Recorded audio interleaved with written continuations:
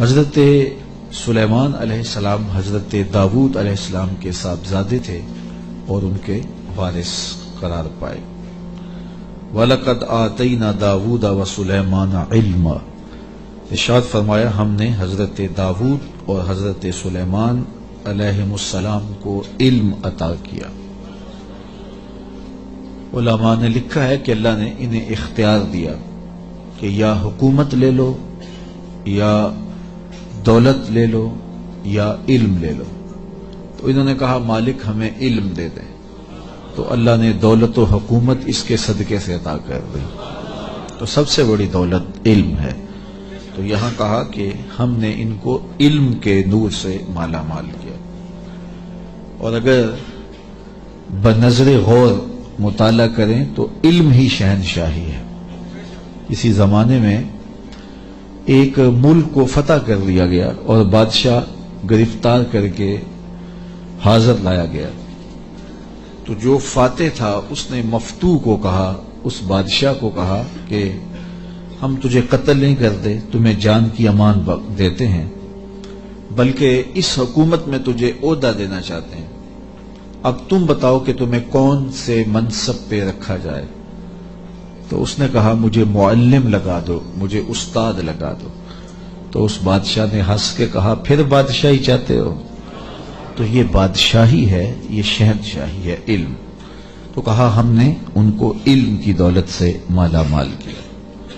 وقال الحمد للہ الذی فضلنا علی کثیر من عبادہ المؤمنین، انہوں نے اللہ کی بارگاہ میں عرض کی کہ ساری تعریفیں اللہ کے لیے ہیں جس نے ہمیں اپنے بہت سے مومن بندوں پر فضیلت بخشی ہے۔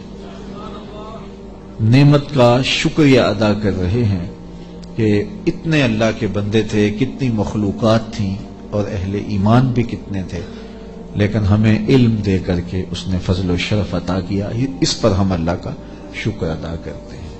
تو علم نصیب ہو جانا یہ اللہ کی بہت بڑی نعمت ہے اور اس پر شکریہ ادا کرنا چاہیے، شکریہ سے نعمت میں اضافہ ہوتا ہے۔ ووارث سلیمان و داود، اور حضرت سلیمان حضرت داود علیہ السلام کے وارث ہوئے۔ قال یا ایھا الناس علمنا منطق الطیر واوتینا من کل شیء، آپ نے کہا اے لوگو ہمیں پرندوں کی بولی سکھائی گئی ہے اور ہمیں ہر چیز عطا کی گئی ہے، بے شک یہ اللہ کا واضح فضل ہے۔ جو بھی ضروریات تھیں، تخت و تاج کے جو بھی تقاضے تھے وہ سارے کے سارے آپ کو عطا کیے گئے۔ حکومت ہے، تخت و تاج ہے، دولت ہے، فوجیں ہیں، تصرف ہے، اور غلے ہیں، جائیدادیں ہیں، زمینیں ہیں۔ کائنات کی کوئی شے ایسی نہیں ہے جس کا وافر حصہ انہیں نہ دیا گیا۔ تو کہا کہ ہمیں ہر شے دی گئی ہے اور یہ اللہ تعالیٰ کا بڑا واضح فضل ہے۔ وَحُشِرَ لِسُلَيْمَانَ جُنُودُهُ مِنَ الْجِنِّ وَالْإِنسِ وَالطَّيْرِ، اور حضرت سلیمان علیہ السلام کے لیے ان کے لشکر جنوں، انسانوں اور پرندوں میں سے جمع کیے گئے تھے۔ اللہ اکبر۔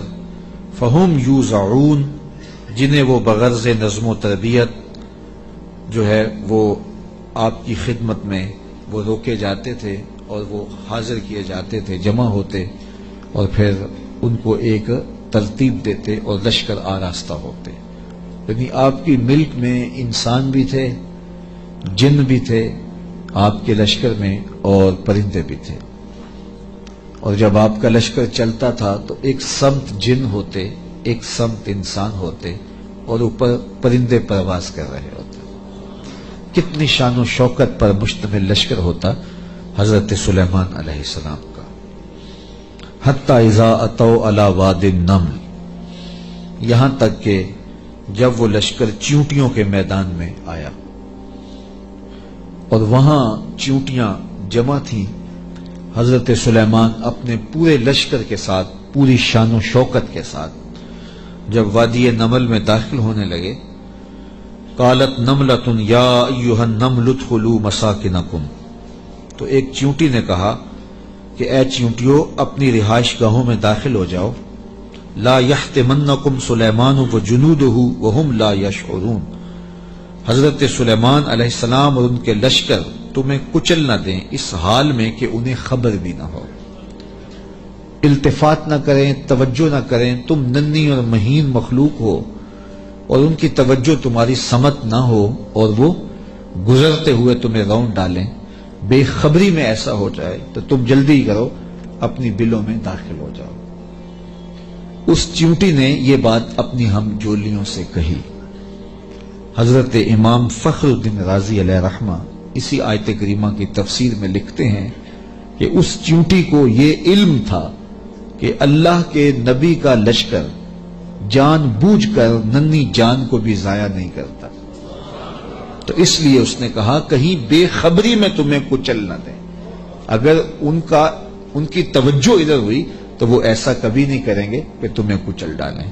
تو معلوم یہ ہوا کہ اللہ کے نبی کا لشکر، نبی کا تربیت یافتہ لشکر جان بوجھ کر ننھی جان کو بھی ضائع نہیں کرتا، اور جو جسموں کے ساتھ بم باندھ کر کے چھوٹے چھوٹے بچوں میں گھس جاتے ہیں اور بازاروں میں جا کے پھٹ جاتے ہیں اور پھر بعد میں بڑے فخر سے ذمہ داریاں قبول کرتے ہیں، یہ کسی نبی کا لشکر نہیں، شیطان کا لشکر۔ نبی کا تربیت یافتہ لشکر قرآن بتاتا ہے، یہ چیونٹی بھی جانتی تھی کہ نبی کی تعلیم اتنی واضح ہے اور نبی امن کا پیغمبر بھی ہوتا ہے، اس لیے کبھی ایسا نہیں ہو سکتا کہ نبی کا تربیت یافتہ لشکر ہو اور جان بوجھ کر کے ننھی جان کو بھی ضائع کرے۔ رسول کریم صلی اللہ علیہ وآلہ وسلم جب کوئی لشکر روانہ کرتے تو اسے حکم دیتے کہ بوڑھوں کو قتل نہیں کرو گے، بچوں کو قتل نہیں کرو گے، عورتوں کو قتل نہیں کرو گے، ان کے مذہبی رہنماؤں کو، پادریوں کو قتل نہیں کرو گے، ان کے عبادت خانے نہیں توڑو گے، فصلیں نہیں اجاڑو گے۔ یہ کافر جو تھے ان کافروں کے بچوں کو بھی قتل کرنے سے روک دیا گیا، کافروں کے بوڑھوں کو قتل کرنے سے بھی روک دیا گیا، اور جو کفار ہیں ان کی خواتین کے قتل سے بھی منع کر دیا گیا، اور جو مسلمانوں کی نسلیں کاٹ کے رکھ دے اور اس پہ ذمہ داریاں قبول کریں، کوئی بدبخت ہوگا جو ان کی حمایت کرے گا اور ان کو اسلام کا نمائندہ قرار دے گا، وہ دشمن اسلام ہو سکتے ہیں، اسلام کے نمائندے نہیں ہو سکتے۔ تو اس چیونٹی نے کہا کہ اپنی بلوں میں داخل ہو جاؤ، کہیں نبی کا لشکر بے خبری میں تمہیں کچل نہ دے۔ حضرت امام رازی لکھتے ہیں کہ چیونٹی کو یہ علم تھا، اس علم کی وجہ سے اس چیونٹی کو قیامت تک آنے والی چیونٹیوں کا سردار بنا دیا گیا، ملکہ بنا دی گئی قیامت تک۔ اچھا، اگر آپ کی توجہ ہو تو ذات کی چیونٹی ہے، رب نے اس کے نام کی صورت اتاری ہے۔ چیونٹی کی حیثیت کیا ہوتی ہے، لیکن وہ پیار کرنے لگی نا نبی سے، اور اس کو پتا تھا کہ نبی کی تعلیمات کیا ہوتی ہیں، تو اس تعلیم کے نتیجے میں ذات کی چیونٹی ہے، لیکن رب نے اس کے نام کی صورت اتار دی۔ تو اس چیونٹی نے کہا جلدی جلدی اپنی بلوں میں داخل ہو جاؤ، اللہ کے نبی کا لشکر کہیں تمہیں کچل نہ دے اور وہ دھیان نہ کرے، بے خبری میں کہیں ایسا نہ ہو جائے۔ اگر خبر ہوگی تو پھر کبھی ایسا نہیں ہو سکتا، کیونکہ نبی کی تربیت یہ ہے، وہ تو زندگیاں بانٹنے آیا ہے، زندگیاں چھیننے تو نہیں آیا، تو یہ ایسا نہیں ہوگا۔ فَتَبَسَّمَ ضَاحِكًا مِّن قَوْلِهَا، تو حضرت سلیمان پیغمبر نے جب چیونٹی کی اس بات کو سنا تو مسکرا پڑے۔ 3 میل دور تھے حضرت سلیمان علیہ السلام، اتنی دور سے چیونٹی نے کہا کہ جلدی جلدی بلوں میں چلی جاؤ، اللہ کے نبی کا لشکر کہیں بے خبری میں تمہیں کچل نہ دے۔ چیونٹی نے یہ بات کی تو حضرت سلیمان نے 3 میل دور سے سن لی اور پھر مسکرا بھی پڑے۔ اب 3 میل دور سے بات سنی جا سکتی ہے والا چیونٹی کی؟ یہ اس حال سے باہر جو چیونٹیاں چل رہی ہیں، کوئی شخص جو بڑا ہی جو ہے وہ باریک سماعتیں رکھتا ہو، کیا وہ یہاں بیٹھ کر کے چیونٹی کی بات جو باہر ہے اس کو سن سکتا ہے؟ چلو جو آپ کے کرسی کے نیچے چل رہی ہے اس کو سن سکتا ہے، اس کی آواز کو، لیکن 3 میل دور سے چیونٹی کی آواز کو اللہ کا نبی سن بھی رہا ہے، اور جو وہ کہہ رہی ہے اس کو سمجھ بھی رہا ہے، اور اس پر تبسم بھی فرما رہا ہے۔ حضرات علماء فرماتے ہیں، جو تیوریات کے ماہرین ہیں، کہ چیونٹی کے منہ میں زبان نہیں ہوتی، پھر اس نے بات کیسے کر لی؟ ایک مہین سا وجود ہے تو اس کے منہ میں زبان نہیں ہوتی، دانت نہیں ہوتے، تو پھر بات کیسے کرتی ہے؟ اور حضرت سلیمان نے سن کیسے لی؟ تو کہا چیونٹی کے منہ کے قریب 2 باریک سے بال ہوتے ہیں، مہین سے 2 ریشے ہوتے ہیں. جب اس نے بات کرنی ہوتی ہے تو ان بالوں کو قریب کر کے رگڑتی ہے. اس رگڑنے سے جو آواز پیدا ہوتی ہے اس سے وہ اپنی ہم جولی کو کوئی میسج دے رہی ہوتی ہے. اللہ کے نبی کی شان یہ ہے کہ چیونٹی کے باریک اور مہین بالوں کے رگڑنے سے جو آواز پیدا ہوتی ہے 3 میل دور سے اس آواز کو سنتا بھی ہے اور اس سے جو مفہوم نکلتا ہے اس کو سمجھتا بھی ہے. اور یہ اس نبی کی شان ہے جو ہاتھ باندھ کے مسجد اقصی میں تیرے نبی کے پیچھے کھڑا تھا. تو جب غلام کی یہ شان ہے تو امام کی شان کا عالم کیا ہوگا؟ یہ شان ہے خدمت گاروں کی، سرکار کا عالم. مولوی کا تو دماغ خراب ہو گیا ہے کہ اس کی سماعتوں کو تول رہا ہے جس کے غلاموں کی سماعتوں کو نہیں تولا جا سکتا. اللہ اکبر. فتبسم ضاحکا من قولہا، یہ میں نہیں کہہ رہا، یہ قرآن کہہ رہا ہے. حضرت سلیمان پیغمبر نے اس چیونٹی کی بات کو سنا، سن کے سمجھے اور پھر تبسم کیا. اللہ اکبر. وقال رب اوزعنی ان اشکر نعمتک التی انعمت علی وعلی والدی وان اعمل صالحا ترضاہ وادخلنی برحمتک فی عبادک الصالحین. اور اللہ کی بارگاہ میں عرض کی حضرت سلیمان علیہ السلام نے کہ اے میرے پروردگار، مجھے اپنی توفیق سے اس بات پر قائم رکھ کہ میں تیری اس نعمت کا شکر بجا لاتا رہوں جو تو نے میرے اوپر کی اور میرے والدین کے اوپر کی. جو نعمتیں بندے کے اوپر ہوتی ہیں اس کا بھی شکریہ ادا کرنا چاہیے، اور جو صالح اولاد ہوتی ہے، جو ماں باپ پر نعمتیں عطا ہوئی ہوتی ہیں، ان کا بھی شکریہ ادا کرنا، کیونکہ ماں باپ کی نعمتیں اولاد تک بھی پہنچتی ہیں. مجھے بتاؤ، اگر میں اور آپ کسی کافر کے گھر میں پیدا ہوتے، معاذ اللہ کسی ہندو یا سکھ کے گھر میں پیدا ہوتے، تو آج کیا ہمارے سینے میں ایمان کا چراغاں ہوتا؟ ہم کسی یہودی کے گھر میں پیدا ہوتے تو ہمارے گھر میں ایمان کی روشنی ہوتی؟ ہم کہتے ہیں ہم بڑے سیانے ہیں، بڑے سمجھدار ہیں، ہم مطالعہ کرتے، ہم مختلف ادیان کو پڑھتے اور پھر مسلمان ہو جاتے. کیا ایسا ہوتا یا کہ ہم اسی ظلمت اور اندھیرے میں ہوتے؟ تو پھر ہمارے ماں باپ تھے نا جو مسلمان تھے، اور ہم ان کی آغوش میں آئے تو اللہ نے وہ نور ہمیں بھی دیا. تو ہمیں اپنے اوپر ہونے والے اس کرم کا احسان جو ہے وہ اللہ کے حضور اس کا شکر ادا کرنا چاہیے، اور ساتھ یہ بھی شکر ادا کرنا چاہیے کہ مالک تیرا کرم ہے کہ تو نے ہمارے ماں باپ کو دین دیا تھا اور وہ نعمت ہمیں ان کی وساطت سے نصیب ہو گئی. علامہ اقبال کہا کرتے تھے نام تو از پدر آموختم، حضور آپ کا نام میں نے اپنے باپ سے سیکھا تھا. وہ حضور کے عاشق تھے تو میں بھی حضور کا غلام بنا. ہمارے ماں باپ حضور کا نام لیتے تھے تو کیا کیفیتیں ہوتی تھی، آنکھوں میں آنسو آ جاتے تھے. تو آج چونکہ وہ حضور کے عاشق تھے، وہ حضور سے محبت کرنے والے تھے، وہ اولیاء کی چوکھٹوں پہ جانے والے تھے، تو آج اللہ نے یہ دولتیں ہمارے سینے میں بھی رکھی. تو جب اس نعمت کا شکریہ ادا کریں جو ہمارے وجود پر ہیں، تو ان نعمتوں کا شکریہ بھی ادا کریں جو ہمارے والدین پہ ہوئی ہیں. تو حضرت سلیمان نے یہ ہمیں شکر کرنے کا ایک عجیب طریقہ دیا، خوبصورت طریقہ دیا، اور عرض کی مالک میں ان نعمتوں کا شکر ادا کرتا ہوں جو تو نے میرے اوپر کی، اور ان نعمتوں کا بھی شکریہ میں ادا کرتا ہوں جو میرے ماں باپ پر کی. اللہ اکبر. اور مجھے یہ توفیق دے کہ میں ایسے نیک عمل کرتا رہوں جن سے تو راضی ہو.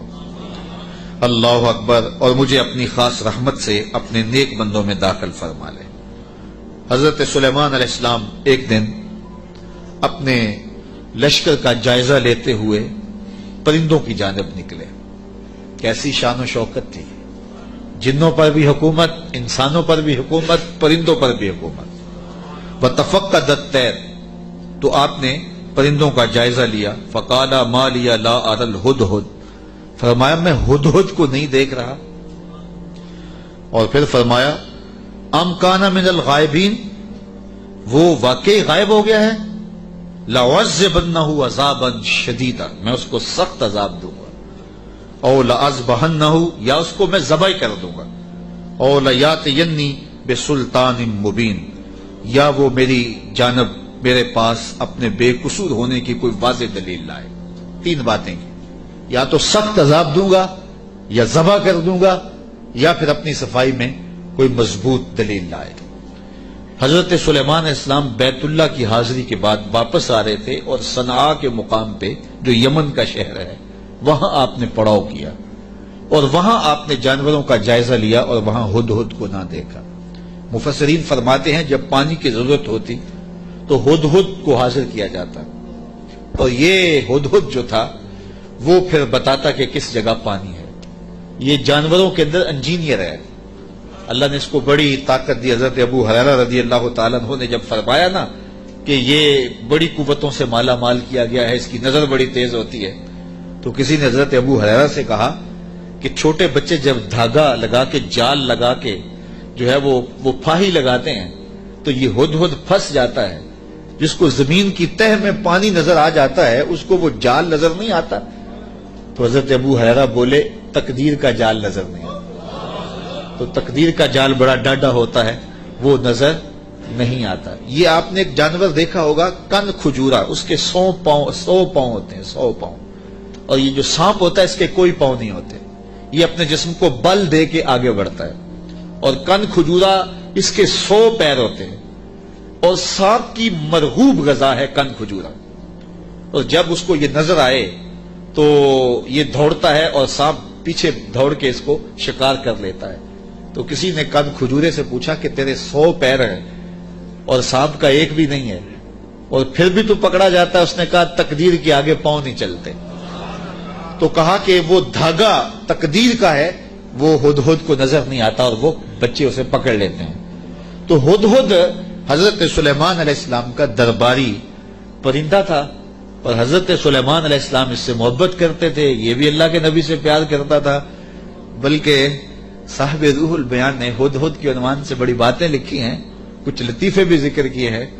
کہتے ہیں ایک دن یہ ہدہد چونکہ لاڈلا پرندہ تھا حضرت سلیمان کا، تو حضرت سلیمان علیہ السلام کو کہنے لگا کہ میں آپ کے لشکر کی دعوت کرنا چاہتا ہوں۔ آپ نے کہا اتنا بڑا لشکر ہے اور تو میرے لشکر کی دعوت کرے گا؟ کہا جناب دعوت قبول کیجیے۔ تو کہا ٹھیک ہے، آج دوپہر کو میں آپ کے لشکر کی دعوت کروں گا۔ جب دوپہر کا وقت آیا تو دریا کنارے لشکر نے پڑاؤ کیا ہوا تھا، تو ہدہد کبھی دائیں کبھی بائیں اڑانے بھر رہا ہے۔ تو کہا میاں وقت ہو گیا ہے، اب لاؤ نہ کھانا، تم نے آج ہماری دعوت کی ہے۔ کہا جی اسی کا انتظام کر رہا۔ تھوڑی دیر کے بعد اس نے فضا میں ایک چڑیا شکار کی اور اس کو فضا میں توڑ کر کے پانی میں پھینک دیا اور لشکر کو آواز دی جس کے ہاتھ میں بوٹی آتی ہے بوٹی لے لے، باقی شوربہ پی لے۔ تو اس پرندے سے چونکہ بڑا پیار تھا، جب اس کو نہ دیکھا تو غصے میں آ گئے، کہا ما لیا لا اری الہدہد، میں ہدہد کو نہیں دیکھ رہا، کیا وہ واقعی غائب ہے؟ اچھا میں اس کو ذبح کر دوں گا یا سخت سزا دوں گا یا پھر وہ مجھے اپنی بے گناہی کی کوئی دلیل پیش کرے۔ اب ہدہد کہاں چلا گیا؟ حضرات مفسرین لکھتے ہیں کہ وہ حضرت سلیمان علیہ السلام استراحت کرنے لگے تو وہ اڑ کے قریب ایک باغ میں چلا گیا، وہاں ایک اور اس کا ہم جنس ہدہد بیٹھا ہوا تھا۔ اس نے پوچھا کدھر سے آئے ہو؟ اس نے کہا کہ میں اپنے نبی کے ساتھ گیا تھا، اپنے شہنشاہ کے ساتھ گیا تھا، اور ان کی حکومت جنوں پر بھی ہے، انسانوں پر بھی ہے، پرندوں پر بھی ہے۔ تو اس نے کہا کہ میری جو بادشاہ ہے میرے ملک وہ عورت ہے اور اس کا ایک تخت بہت بڑا، آؤ میں تمہیں دکھاؤں۔ تو وہ ہدہد کو ساتھ لے گیا اور اتنے میں دیر ہو گئی۔ حضرت سلیمان غصے میں آ گئے، کہا کدھر ہے؟ لاؤ اسے حاضر کرو۔ آپ کا جو درباری شہباز تھا وہ اڑا فضا میں بلند ہوا تو ہدہد آتا دکھائی دیا، تو اس نے اس کے اوپر جھپٹ کے حملہ کرنا چاہا، تو ہدہد نے کہا تجھے واسطہ دیتا ہوں اس رب کا جس نے تجھے میرے پہ طاقت دی ہے، مجھے اپنا معاملہ حضرت سلیمان کے پاس جا کے پیش کر لینے دے۔ کہا انہوں نے کہا ہے کہ تجھے قتل کر دوں گا، ذبح کر دوں گا یا تجھے سخت سزا دوں گا، اب تو بچ نہیں پائے گا۔ تو ہدہد نے کہا کہ انہوں نے کوئی استثناء بھی کیا تھا؟ کہا ہاں، انہوں نے کہا تھا یا کوئی مضبوط خبر لائے، اپنا معقول عذر پیش کرے۔ کہا پھر خیر ہے۔ اب ہدہد حضرت سلیمان کے پاس آیا اور مفسرین کہتے ہیں اس نے اپنے پر جھکا لیے اور دم بھی جھکا لی اور حضرت سلیمان کے سامنے عرض کی کہ اس رب سے ڈریے جس کے حضور آپ رب قیامت کے دن پیش ہوں گے۔ بس یہ بات کہنے کی دیر تھی کہ حضرت سلیمان کا غصہ ٹھنڈا ہو گیا۔ فرمایا بتاؤ کدھر گئے تھے؟ تو ہدہد نے کیا جواب دیا، سنو قرآن کیا کہتا ہے، فَمَكَثَ غَيْرَ بَعِيدٍ، تو پس وہ تھوڑی ہی دیر ٹھہرا تھا کہ وہ حاضر ہو گیا، اور حاضر ہو کے اس نے کہا فقال، اس نے کہا احطت بما لم تحط به وجئتک من سبأ بنبأ یقین، اس نے کہا کہ حضور میں ایسی بات معلوم کر کے آیا ہوں جس پر شاید آپ مطلع نہ تھے، اور میں آپ کے پاس ملک سبا کی ایک یقینی خبر لایا ہوں۔ آپ نے اس چیز کا مشاہدہ نہیں کیا جس کا میں مشاہدہ کر کے آیا ہوں، تو میں ایک یقینی خبر آپ کو جو چشم دید ہے وہ بتانا چاہتا ہوں۔ حضرت سلیمان نے کہا بتاؤ، کہا انی وجدت امرأۃ تملکہم وأوتیت من کل شیء ولہا عرش عظیم، اس نے کہا میں ایک ایسی خاتون کو دیکھا ہے جو بادشاہت کے تخت پہ براجمان ہے، میں نے ایک ایسی عورت دیکھی ہے وہاں جو ان پر حکومت کرتی ہے اور اقتدار کی مسند پہ بیٹھی ہے، اور اسے ملکیت و اقتدار میں ہر چیز بخشی گئی ہے، اور اس کے پاس بہت بڑا تخت ہے۔ یہ شہرہ آفاق تخت تھا جو ملکہ بلقیس کے پاس تھا، اور یہ 40 ہاتھ چوڑا تھا، 80 ہاتھ لمبا تھا۔ شرعی ہاتھ جب کہا جاتا ہے تو وہ کونی تک ہوتا ہے، تو گویا دوسرے لفظوں میں 1.5 فٹ کا ایک ہاتھ لگائیں تو یہ 60 ہاتھ چوڑا تھا، اور 120 ہاتھ جو ہے وہ لمبا تھا۔ سونے چاندی اور قیمتی دھاتوں کا بنا تھا، اور 7 منزلیں تھیں اس کی، اور قیمتی موتی اس کے اوپر لگے تھے، اور جب وہ اپنا دربار لگاتی تو اس تخت کے اوپر بیٹھتی، اور اس کے 12,000 سردار تھے قوم کے جن کے تحت فوجیں تھیں، اور ایک مضبوط نظم و نسق تھا، ہر شے فوجیں آلات حرب و ضرب بہت کچھ دیا گیا تھا۔ تو اس بات کی کہانی سنائی، اور آگے فرمایا وجدتها وقومها يسجدون للشمس من دون اللہ، میں نے دیکھا ہے وہ اور اس کی قوم اللہ کے علاوہ سورج کو پوجتی ہے، اللہ کو چھوڑ کر سورج کی پرستش کرتی ہے۔ وَزَيَّنَ لَهُمُ الشَّيْطَانُ أَعْمَالَهُم، اور شیطان نے ان کے لیے ان کے اعمال مزین کر دیے ہیں۔ فَصَدَّهُمْ عَنِ السَّبِيلِ، اور شیطان نے ان کو راہ حق سے، راہ توحید سے روک دیا ہے۔ فَهُمْ لَا يَهْتَدُونَ، اور وہ ہدایت نہیں پا رہے۔ اللہ يَسْجُدُوا لِلَّهِ الَّذِي يُخْرِجُ الْخَبْءَ فِي السَّمَاوَاتِ وَالْأَرْضِ وَيَعْلَمُ مَا تُخْفُونَ وَمَا تُعْلِنُونَ۔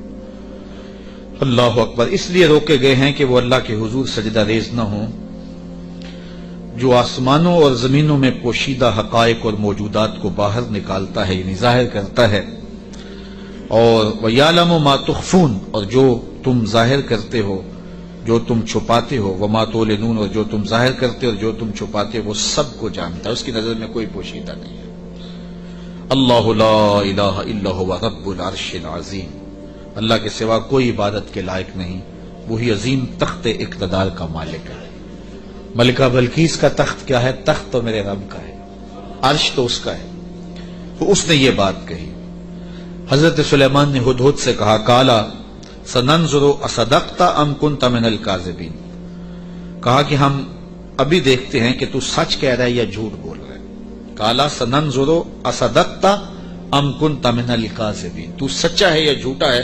اذهب بکتابی ھذا فالق الیہم ثم تولى عنہم فانظر ماذا یرجعون، آپ نے خط لکھا اور ہدہد کو دیا، کہا اس کو لے جاؤ اور یہ خط ان کی طرف ڈال دو، اور اس کے بعد ان کے پاس سے ہٹ جاؤ، پھر دیکھ کہ وہ کس بات کی طرف رجوع کرتے ہیں۔ اس خط کے اوپر حضرت سلیمان علیہ السلام نے تحریر کی، ہدہد کے سپرد کیا۔ 1 مہینے کی مسافت پر تھا یہ ملک سبا حضرت سلیمان علیہ السلام کے ملک شام سے، 1 مہینہ جاتے ہوئے لگتا تھا، 1 مہینہ آتے ہوئے لگتا تھا۔ کہا یہ خط لے جاؤ میرا اور ملک سبا میں جاؤ اور ملکہ بلقیس کو دے آؤ، اور پھر دیکھو کہ وہ کیا کہتے ہیں۔ ہدہد نے خط پکڑا، بادشاہ تخت پہ بیٹھی تھی، اس نے جا کے خط پھینک دیا۔ جب ملکہ نے خط پکڑا اور اس کو کھولا اور پڑھا، نبی کی جلالت تھی، کیونکہ صرف بادشاہ نہیں تھے، نبی بھی تھے، تو کہتے اس کا وجود کانپنے لگا، اور اس نے اپنی قوم کے سرداروں کو کہا کہ قالت یا ایھا الملأ انی القی الی کتاب کریم، اے میری قوم کے سرداروں، میری طرف ایک عزت والا خط ڈالا گیا ہے۔ علماء تفسیر نے لکھا ہے کہ یہ لفظ ہی اس کے لیے بہتری کی ضمانت بن گیا کہ اس نے نبی کے خط کو عزت والا خط کہا. بعد میں جو ہوا اور پھر وہ متی ہوئی اور اللہ نے اس کے لیے بہتریوں کے دروازے کھولے، وہ اس کی اس تکریم کی وجہ سے. خسرو پرویز کی جانب میرے رسول کریم صلی اللہ علیہ وسلم نے خط بھیجا تھا تو اس نے ٹکڑے کر دیے تھے. تو آقا کریم علیہ السلام نے جب سنا تو فرمایا اللہ اس کی سلطنت کے ٹکڑے کرے گا، اور ایسے ہوا. تو پرویز نے حضور کا خط پھاڑا تھا تو وہ ذلیل و رسوا ہو گیا، اور اس نے اللہ کے پیغمبر کے خط کو سینے سے لگایا اور کہا یہ عزت والا خط ہے جو میری جانب ڈالا گیا ہے. انہ من سلیمان، بے شک یہ حضرت سلیمان کی طرف سے ہے. وَإِنَّهُ بِسْمِ اللَّهِ الرَّحْمَٰنِ الرَّحِيمِ، اور بے شک اس میں یہ لکھا ہے کہ اللہ کے نام سے شروع جو رحمان اور رحیم ہے. تو یہ خط سلیمان علیہ السلام کی جانب سے لکھا گیا تھا، اور وہاں اس زمانے میں خط لکھنے والا اپنا نام پہلے لکھتا تھا پھر مضمون خط کا لکھتا تھا. تو آپ نے پہلے کہا انہو من سلیمان وانہو بسم اللہ الرحمن الرحیم اللہ تعالی علیہ واتونی مسلمین. 2 لفظ لکھے. آپ نے کہا خط کا مضمون یہ تھا تم مجھ پر سربلندی نہ چاہو، مجھ سے بڑا بننے کی کوشش نہ کرنا، سربلندی نہ چاہو، اور فرما بردار ہو کے میرے پاس حاضر ہو جاؤ. بس 2 لفظ تھے، حضرت سلیمان کی مہر تھی، اور یہ خط ہدہد نے جا کے ملکہ بلقیس کو دیا. اس کا وجود کانپنے لگا، پھر وہ سنبھلی اور اپنے سرداروں سے کہنے لگی قالت یا ایھا الملؤ افتونی فی امری ما کنت قاطعۃ امرا حتی تشہدون. اے میرے درباریوں، تم مجھے بتاؤ اس معاملے میں کیا تمہارا مشورہ ہے، چونکہ میں کسی بھی معاملے میں قطعی فیصلہ کرنے سے قبل تمہیں حاضر کرتی ہوں اور تم سے مشورہ لیتی ہوں. مشورے کے بغیر میں نے آج تک کبھی قدم نہیں اٹھایا، اور یہ میرا معمول ہے. اب یہ خط آیا ہے، اس کا یہ مضمون ہے جو میں تمہیں سنایا ہے، اب تم بتاؤ کہ اب کیا کیا جائے. اب 12,000 سردار تھے اور ان کے ماتحت فوجیں تھیں. قالو بولے نحن اولو قوت و اولو باس شدید، کہنے لگے کہ ہم طاقتور ہیں، سخت جنگجو ہیں، اور ہم لڑنے کے لیے تیار ہیں. قوم کا مورال بلند ہے، فوجیں پوری طاقت میں ہیں، آلات حرب و ضرب بھی ہیں، کوئی کمزوری نہیں ہے. آپ اگر حکم دیں تو ہم حاضر ہیں. والامر الیک فانظری ماذا تامرین، لیکن معاملہ آپ کے ہاتھ میں ہی ہے، حکم آپ کا ہی چلے گا، لیکن ہماری جانب سے کوئی کمزوری نہیں، ہم بالکل تیار ہیں، مستعد ہیں، فعال ہیں، فوجیں تیار ہیں، مورال بلند ہے، لڑنے کے لیے آمادہ ہیں. تو اب آپ کا حکم ہے، کیا آپ حکم دیتی ہیں؟ قالت ان الملوک اذا دخلوا قریۃ افسدوها وجعلوا اعزۃ اہلها اذلہ. ملکہ نے کہا کہ بے شک جب بادشاہ کسی بستی میں داخل ہوتے ہیں تو اسے برباد کر دیتے ہیں اور وہاں کے باعزت لوگوں کو ذلیل و رسوا کر ڈالتے ہیں، اور یہ لوگ یعنی بادشاہ اسی طرح کریں گے. تو اگر تم مجھے موقع دو، اور میرا مشورہ یہ ہے کہ میں وَإِنِّي مُرْسِلَةٌ إِلَيْهِمْ بِهَدِيَّةٍ، میں پہلے ان کی طرف کوئی ہدیہ بھیجتی ہوں. ہم لڑائی کا طبل نہ بجائیں، ہم پہلے ان کی طرف ہدیہ بھیجیں، پہلے دیکھیں. فَنَاظِرَةٌ بِمَا يَرْجُو الْمُرْسَلُونَ، پھر ہم دیکھتے ہیں کہ جو ہمارے قاصد گئے ہیں وہ کیا پیغام لاتے ہیں. اگر وہ ہمارے ہدیے کو قبول کر لیتے ہیں اور کوئی ہماری سیٹنگ ہو جاتی ہے تو پھر تو لڑائی کی ضرورت نہیں ہے. لڑائی بہت خطرناک ہوتی ہے، اس کے انجام بڑے بھیانک ہوتے ہیں. وہ تھی بڑی سمجھدار. فوجوں نے کہا ٹھیک ہے، جرنیلوں نے کہا لڑیں گے، اور سرداروں نے کہا قوم کا مورال بلند ہے، اور جو ہے وہ افسروں نے کہا کہ ہماری فوج بڑی ٹریننگ یافتہ ہے، ہمارے پاس آلات وہ ضرب موجود ہیں، لڑیں گے. لیکن اس نے کہا صبر کرو، پہلے میں کوئی تحفہ دے کے قاصد بھیجتی ہوں، وہ قاصدوں کو کیا جواب دیتے ہیں. لڑائی تو آخری حال ہے، پھر ہم دیکھیں گے. فلما جاء سلیمان، جب قاصد حضرت سلیمان کے پاس آیا، کہتے ہیں وہ تحفہ کیا تھا؟ مفسرین نے لکھا ہے کہ وہ سونے کی اینٹ تھی، اور اس کو قیمتی کپڑے میں دیباج میں لپیٹ کر کے باقاعدہ اس کے لیے جو ہے وہ ایک چیز بنائی گئی، اور غلافوں میں لپیٹ کر کے وہ خادم حضرت سلیمان کے پاس قاصد لے کر حاضر ہوا کہ ان کو اینٹ پیش کریں. چونکہ سونے اور چاندی سے بادشاہ لوگ بڑے خوش ہوتے ہیں، حضرت سلیمان کو جب پتا چلا کہ ان کے قاصد آ رہے ہیں اور اللہ کے نبی نے نور نبوت سے دیکھا بھی وہ کیا لا رہے ہیں، تو جنوں کو کہا حاضر ہو جاؤ۔ حاضر ہو گئے، کہا 1000 سونے کی اینٹیں میرے تخت کے آگے فرش پر بچھا دو۔ تو جب اینٹیں بچھی ہوئی انہوں نے دیکھی تو وہ جو تحفہ لے کے آئے تھے سنبھال کے ایک اینٹ، انہوں نے دیکھا کہ وہ اینٹیں تو قدموں میں پڑی ہوئی، تو اب وہ تحفہ دیتے ہوئے شرم محسوس کرنے لگے، کیا دے الٹے بانس بریلی کو، یہاں تو اینٹیں قدموں میں پڑی ہوئی ہیں۔ علاء الدین خلجی ساری زندگی تڑپتا رہا کہ حضرت خواجہ نظام الدین اولیاء کی بارگاہ میں حاضری دوں۔ آپ مانتے نہیں تھے، آپ کا مزاج ایسا تھا کہ شاہوں سے گریزاں تھے، تو اس نے بڑا زور کیا۔ خیر جب اس نے یہ ارادہ کر لیا کہ میں حاضر ہونا ہے تو آپ نے علاء الدین کو لکھا کہ فقیر کی خانقاہ کے 2 دروازے ہیں، اگر تو ایک سے آیا تو میں دوسرے سے باہر نکل جاؤں گا، اور اگر تو نے زیادہ تنگ کیا تو تیرا شہر چھوڑ جاؤں گا۔ خیر بادشاہ نے ایک دن جو ہے وہ بغیر بتائے خانقاہ میں حاضری دی۔ شیخ کو پتا چلا تو انہوں نے دروازے پر پہرے دار کھڑے کر دیے کہ بادشاہ کو اندر نہیں آنے دینا۔ بادشاہ نے ان کے تیور پڑے فقیروں کے، تو یہ جو پیروں کے مرید ہوتے تو دیوانے ہیں، کہا کہ یہ تو مر جائیں گے لیکن شیخ کے دروازے سے اندر نہیں جانے دیں گے۔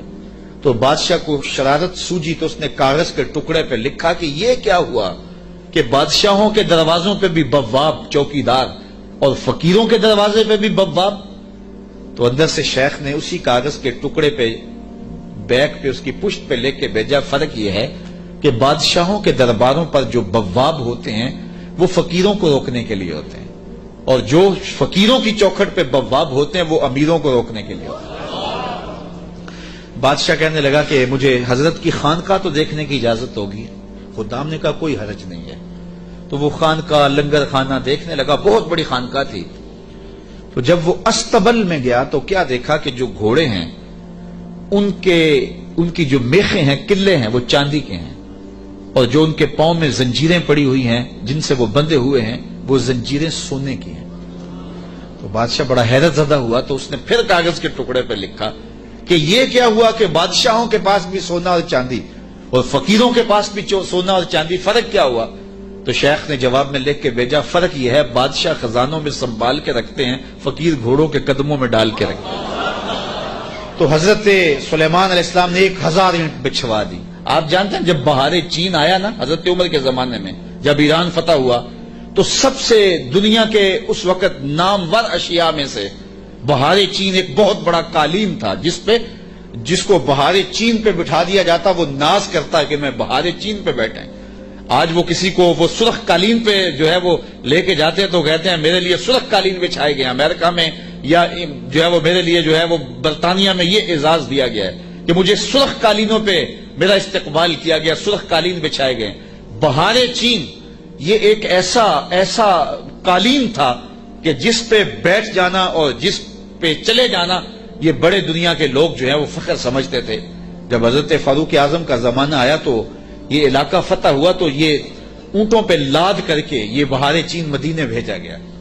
تو حضرت عمر کے پاس جب بہار چین آیا تو کہا کہ اب اس کو کہاں رکھے؟ تو کسی نے کہا جی مسجد نبوی میں بچھائیں۔ کہا یہ مسجد نبوی میں بچھے، وہاں کی جو چٹائیاں ہیں اس قالین سے افضل ہیں، وہاں اس کو یہاں نہیں بچھائیں گے۔ تو کہاں رکھے؟ حضرت عمر نے حکم دیا کہ مسجد نبوی کے باہر جہاں لوگ جوتے اتارتے ہیں وہاں رکھا جائے، اور وہ بہار چین جس پہ لوگ بیٹھنا اعزاز سمجھتے لوگ وہاں جوتے پوچھ کے گزرتے تھے۔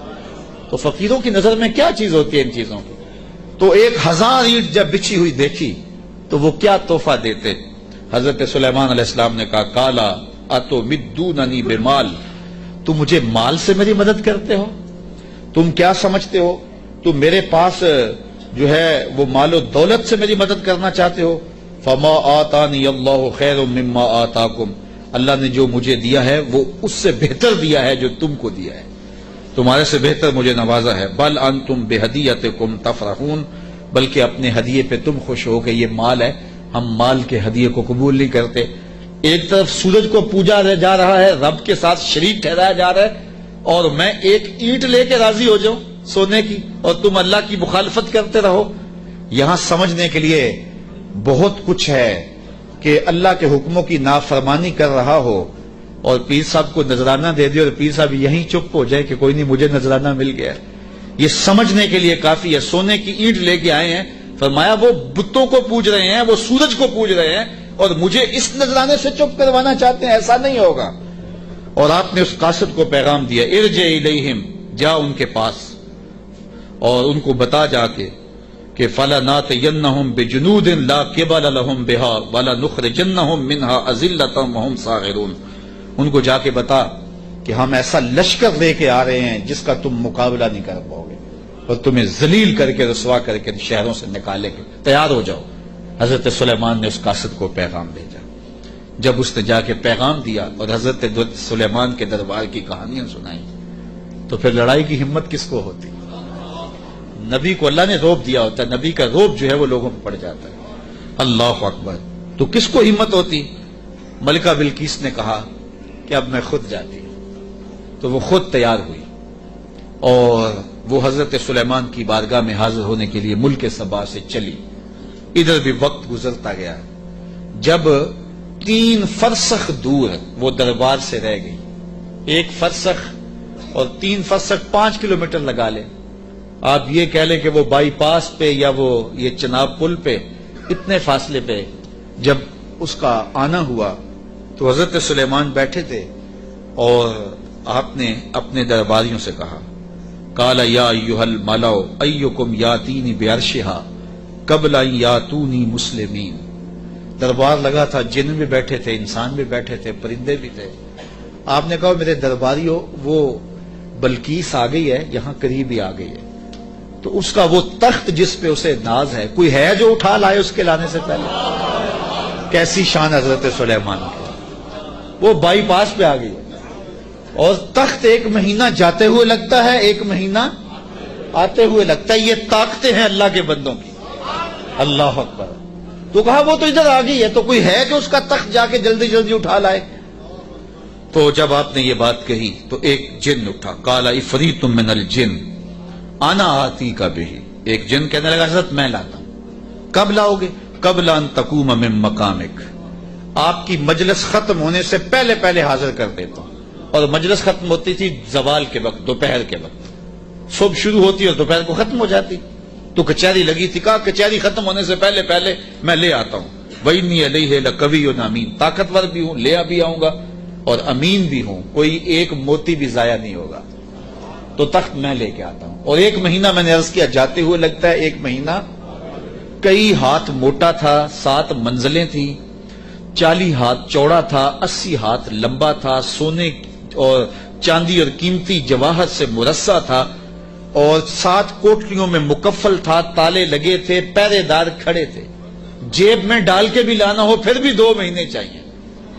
اور اس تخت کو لانے کا کہا، دوپہر تک لے آتا ہوں۔ بڑی بات تھی نا، حضرت سلیمان خوش ہو جاتے کہ بڑی بات ہے، تو میں نہیں، مجھے اس سے بھی پہلے چاہیے، مجھے اس سے بھی پہلے چاہیے۔ پھر وہ اٹھا جس کے سینے میں زبور کا علم تھا، قال الذی عندہ علم من الکتاب، پھر وہ شخص کھڑا ہوا جس کے سینے میں علم زبور تھا، وہ آپ کا خالہ زاد بھی تھا، آپ کا صحابی بھی تھا، عاصب بن برخیہ نام علماء تفسیر نے بتایا ہے، اور اسے اسم اعظم آتا تھا۔ وہ کھڑا ہو گیا، اس نے کہا انا آتی کا بہی، حضرت میں لے آتا ہوں۔ کہا کب لاؤ گے؟ وہ تو دوپہر تک کا وقت دے رہا ہے، تم کب لاؤ گے؟ تو سنو اس نے کیا کہا، بولا قبل ان یرتد الیک طرفک، حضور آپ آنکھ بعد میں جھپکیں گے، تخت پہلے پڑا ہوگا، آپ آنکھ بعد میں جھپکیں گے، تخت پہلے پڑا ہوگا۔ اللہ اکبر۔ فلما رآہ مستقرا عندہ قال ھذا من فضل ربی، حضرت سلیمان نے بھی آنکھ جھپکی نہیں تھی، تخت سامنے پڑا ہوا، حضرت سلیمان بے ساختہ پکار اٹھے، یہ میرے رب کا فضل ہے جس نے میرے امتی کو یہ طاقت دی۔ یار بنی اسرائیل کے نبی کے امتی کی یہ شان، تو بنی اسرائیل کے یہ نبی مقتدی بن کے جس کے امام کے پیچھے کھڑے تھے مسجد اقصی میں، اس امام کی شان کا عالم کیا ہو؟ یہ شان ہے خدمت گاروں کی، سرکار کا عالم۔ کہا میں لاتا ہوں، اور اس کے آنے سے پہلے کیا حضرت آنکھ جھپکنے سے پہلے حاضر کر دو۔ اور حضرت سلیمان نے ابھی آنکھ جھپکی نہیں، تخت سامنے پڑا ہوا تھا۔ اللہ اکبر۔ لیبلونی ااشکر ام اکفر، کہا کہ میرے رب نے مجھے آزمایا ہے، میرا رب مجھے پرکھتا ہے کہ میں اس کا شکر کرتا ہوں یا کفران کرتا ہوں یا انکار کرتا ہوں۔ اللہ اکبر۔ فرمایا ومن شکر فانما یشکر لنفسہ، جو شکر کرتا ہے وہ اپنے لیے ہی شکر کرتا ہے، اللہ کا کیا فائدہ کرے گا، اپنا ہی فائدہ ہوگا۔ تو میں اس کا شکر کرتا ہوں جس نے میرے ایک امتی کو یہ طاقت عطا کی، یہ شان عطا کی۔ یار جب بنی اسرائیل کے ایک ولی کی یہ شان ہے تو اس امت کے اولیاء کی شان کا عالم کیا ہوگا۔ صرف ایک واقعہ، شہر بخارا میں، شہر کابل میں حضرت امام شاہ نقشبند بخاری علیہ رحمہ تشریف لائے تو لوگوں کا ہجوم ہو گیا۔ بادشاہ وقت کی لونڈی وہاں سے گزرتے ہوئے رکی تو لوگوں کا ہجوم دیکھا، کہا ماجرا کیا ہے؟ کہا بخارے والے پیر آئے ہوئے ہیں۔ تو کہا یہ پیر کیا ہوتے ہیں؟ لوگوں نے بتایا یہ اصلاح قلب کرنے والے لوگ ہوتے ہیں، یہ دلوں کے حکیم ہوتے ہیں، ڈاکٹر ہوتے ہیں، اور یہ باطن کی صفائیاں کرنے والے لوگ ہوتے ہیں، اور اللہ نے ان کو تکوینی اور تشریعی طاقتیں بھی عطا کی ہوئی ہوتی ہیں، اور کبھی ایسا ہوتا ہے کہ یہ اوکھے ویلے کام بھی آتے ہیں۔ اس نے سوچا کہ شیخ سے نسبت قائم کر لینے میں کوئی حرج نہیں ہے، تو اس نے حضرت شاہ نقشبند بخاری کی بیعت کر لی۔ چلو پیر تو کوئی ہونا چاہیے، تو انہوں نے ان سے بیعت کر لی۔ شیخ نے جو وظائف بتائے اور تلقین کی، ذکر کی اور اچھائی کی طرف سبق دیے، تو صالحہ تو وہ پہلے ہی تھی لیکن مزید رنگ چڑھ گیا۔ تو بادشاہ جب اس کی خدمت کو دیکھا تو بڑا خوش ہوا۔ جو باقی لونڈیاں تھیں وہ حسد کرنے لگی۔ ایک دن انہوں نے بادشاہ کے دربار سے، بادشاہ کے گھر سے چوری کر کے زیور ایسی جگہ پہ چھپا دیے اور اس پہ الزام لگا دیا اور پھر برآمد بھی اس سے کروا دیے۔ بادشاہ کو بڑا غصہ آیا کہ میں نے اس پہ اتنا اعتماد کیا تھا اور یہ بڑی لمبی نمازیں پڑھتی تھی۔ بادشاہ نے حکم دیا کہ اس کو چوبارے پہ لے جاؤ اور وہاں سے دھکا دے دو۔ بادشاہ کے محل کی چھت پہ لے جایا گیا۔ اس نے لاکھ کہا کہ میرا جرم نہیں ہے، لیکن بادشاہ ہوتے ہیں، تو چھت پہ لے جایا گیا۔ جب دھکا دینے لگے تو اس کو اب یاد آیا کہ میں نے سنا تھا اوکھے ویلے پیر کام آتے ہیں، تو اس نے بخارے کی طرف منہ کر کے کہا شیعہ للہ چو گدائے مستمند المدد خواہم ز شاہ نقشبند۔ سنا ہے اوکھے ویلے پیر کام آتے ہیں، اس سے اوکھا ویلا میرے پہ تو نہیں آ سکتا۔ یہ اس نے کہا تو پیچھے جلاد نے دھکا دے دیا۔ جب نیچے آئی تو حضرت شاہ نقشبند بخاری کا دامن پھیلا ہوا تھا۔ آپ نے آرام سے پکڑ کے نیچے رکھ دیا تو اس نے حیرت سے پوچھا حضرت آپ کب آئے ہیں؟ تو شاہ نقشبند بخاری فرمانے لگے تو از چبارہ آمدی من از بخارا آمدم، تو چبارے سے چل پڑی تھی میں بخارے سے چل پڑا۔ تو کہا حضرت آنکھ جھپکنے سے قبل وہ تخت حاضر کر دوں گا۔ جب تخت حاضر ہو گیا کہا یہ میرے رب کا فضل ہے جس نے مجھے اتنی طاقت عطا فرمائی۔ ومن کفر فإن ربی غنی کریم۔ اور اگر کوئی ولیوں کی اس طاقت کو نہیں مانتا، نبیوں کی اس طاقت کو نہیں مانتا، اللہ کے بندوں کی طاقتوں کو نہیں مانتا، اللہ کو پرواہ بھی کوئی نہیں۔ نہ مانے کوئی، اللہ کو کیا پرواہ ہے، وہ غنی بھی ہے اور کریم بھی ہے۔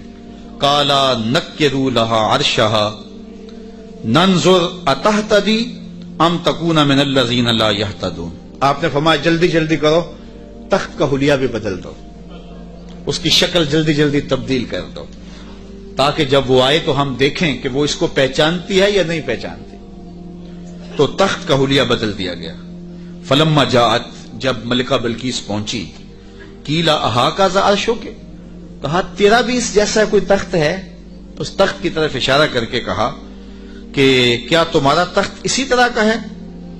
تو قالت کانہ ہوا، بولی یہ وہی تو ہے، یہ وہی تو ہے، بولی یہ وہی ہے۔ وَأُوتِينَا الْعِلْمَ مِنْ قَبْلِهَا وَكُنَّا مُسْلِمِينَ۔ اس نے کہا کہ ہمیں اس کی پہلے ہی خبر ہو گئی۔ حضرت آپ تخت کو بدل بدل کے نہ دکھائیں، ہم پہلے ہی مان گئے ہیں، ہم پہلے ہی مان گئے ہیں، اور ہم مطیع بن کے آئے ہیں، فرما بردار بن کے آئے ہیں۔ وَصَدَّهَا مَا كَانَتْ تَعْبُدُ مِن دُونِ اللَّهِ، اور اس ملکہ کو اس معبود باطل نے پہلے قبول حق سے روک رکھا تھا۔ اللہ اکبر۔ کس نے؟ جس کو وہ اللہ کے علاوہ پوچھتی تھی۔